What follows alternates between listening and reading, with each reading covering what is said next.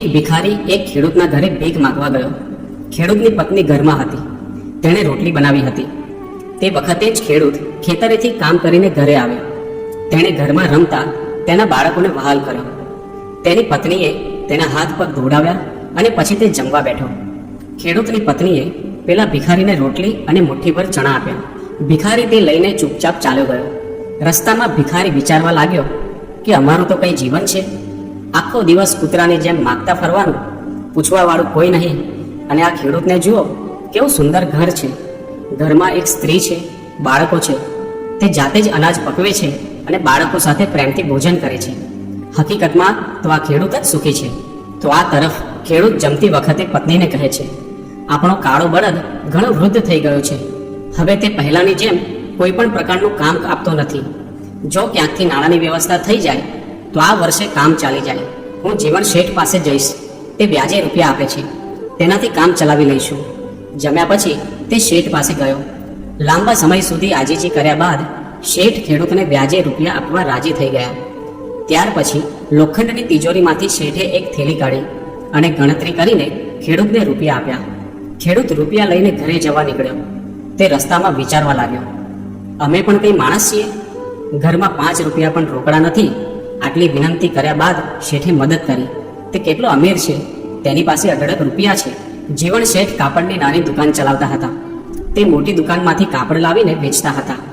બીજા દિવસે જીવન શેઠ કાપડ લેવા માટે ગયા. તેમણે શેઠ પૃથ્વીચંદની દુકાનમાંથી કાપડ લીધા. તે ત્યાં જ બેઠા હતા કે એટલા સમયમાં ઘણી ટપાલ આવી. કેટલીક બોમ્બેની હતી તો કેટલીક કલકત્તાની હતી.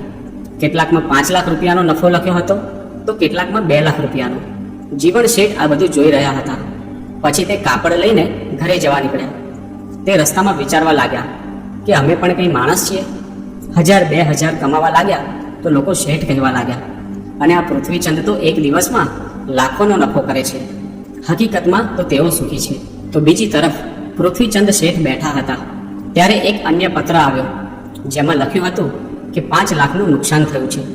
તે ખૂબ જ ચિંતિત થઈ ગયા. તેના નોકરે આવીને કહ્યું, આજે પટેલ સાહેબને ત્યાં જમણવાર છે, તમારે જવાનું છે. મોટર તૈયાર છે.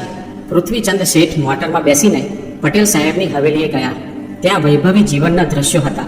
કલેક્ટર, કમિશનર પટેલ સાહેબ સાથે હાથ મિલાવતા હતા. મોટા મોટા શેઠ પણ ત્યાં ઊભા હતા. એવામાં પૃથ્વીચંદ શેઠને કોણ પૂછે? તે ચૂપચાપ ખૂણામાં જઈને એક ખુરશી પર બેસી ગયા. બધાએ થોડી ઘણી વાતો કરી અને બધા જમીને પોતપોતાના ઘરે નીકળી ગયા.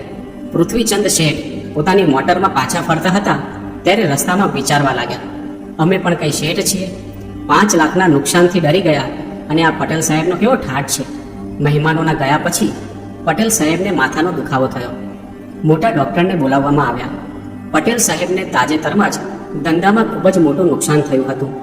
થોડીવાર પહેલાં જ ધંધાના નુકસાનની ઘણી બધી ટપાલો એક સાથે આવી ગઈ હતી. તે વાંચીને તેઓ ખૂબ જ ચિંતિત થઈ ગયા હતા.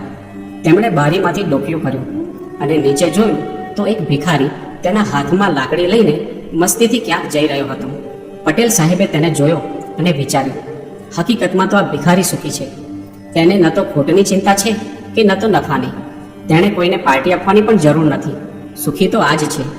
આ કથા પરથી એ બોધ મળે છે કે સંતોષ એ સૌથી મોટું સુખ છે.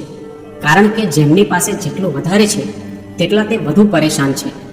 હકીકતમાં પરમાત્માએ આપણને જેટલું આપ્યું છે તેટલું જ આ દુનિયામાં બીજા ઘણા બધા લોકોને નથી મળતું. તો બીજાના સુખને જોઈને ક્યારેય પણ દુઃખી ન થવું જોઈએ. અને આપણને ભગવાને જે કંઈ પણ આપ્યું છે તેમાં સંતોષ માની હંમેશા ખુશ રહેવું જોઈએ. તો મિત્રો, આજની સ્ટોરી તમને કેવી લાગી તે જરૂરથી કોમેન્ટ કરીને કહેજો. અને જો સારી લાગી હોય તો વિડીયોને લાઈક અને શેર કરજો.